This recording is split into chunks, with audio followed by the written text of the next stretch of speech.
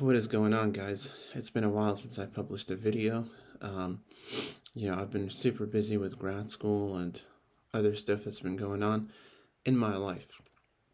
So, here's another video. Um, One of the topics that I would like to discuss is there is a documentary that was published back in 2006 or something like that, that's called The Secret, right? A lot of you guys probably have heard of that documentary, mostly because it's based off the book of the same name, right? And so, what is the entire premise of The Secret, right? What is the secret? What secret are we talking about? So, the secret is basically, in a nutshell, is whatever you feel, that's what you attract, right? And so, it's based on this thing that's called the law of attraction. So, what does the law of attraction mean, right? Well, I explained it earlier. It means that the thing that you focus on, that's what you will attract to your life, right? Now, is that true? Well, at a surface level, it is, right? So the things that you constantly ponder, the things that you constantly think about are going to be the things that you keep bringing into your life at a baseline fundamental level. However, for the most part, that's not how it works, right? Um, the problem with this way of thinking and this hypothesis is that it ignores most of the process that it takes to get to where you're at. So the people who are in there, who are featured in that documentary, they make a lot of wild and bizarre claims, such as, well, if I was just imagining that I was getting bills, and every single time that I would think about bills, it would just be more and more bills. So I decided to think, why don't I just think more about checks? Why don't I visualize myself getting checks in the mail? And the next thing you know, in about a few days or a few weeks, I started getting more checks and more checks and more checks. So I still get bills, but I'm getting more checks now, simply based on me visualizing that I get checks. Does that work? No, absolutely not. It does not work.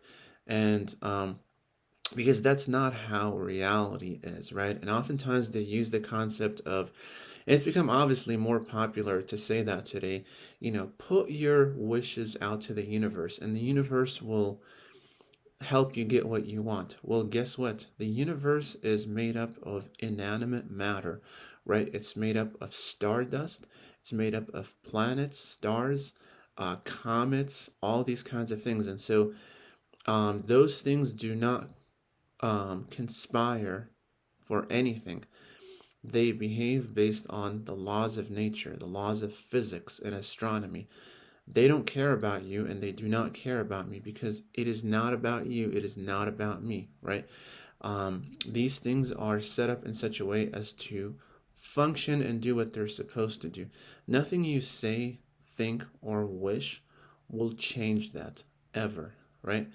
Um, but does that mean that you shouldn't therefore think positive thoughts and create vision boards and make goals for yourself to have high achievements? No, that's not what it means.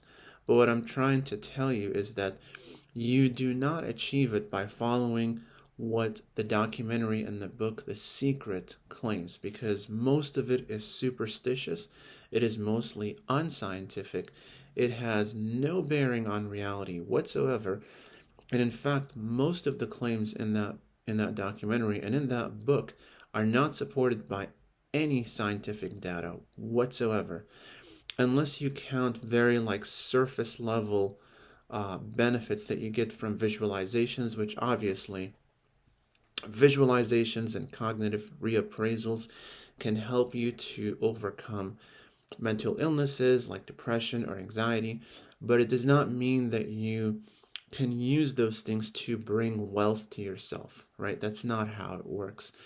You need to put in the work, you need to be industrious, and you have to ask successful people how they achieve their wealth. Practical steps, not just visualization, in order for you to be successful in life. And by the way, guys, You are not obligated to be making $500,000 a year in order for you to be successful in life. Success in life is not determined by that, right? It is determined by the quality of your relationships. And as long as your bills are paid and you have a roof over your head, food in your belly, clothes on your back, that's really what matters, right? It does not matter. Making more than 70K makes very little to no difference on your quality of life overall. It is pretty conclusive. That's what the data concludes. So I hope that encourages you guys.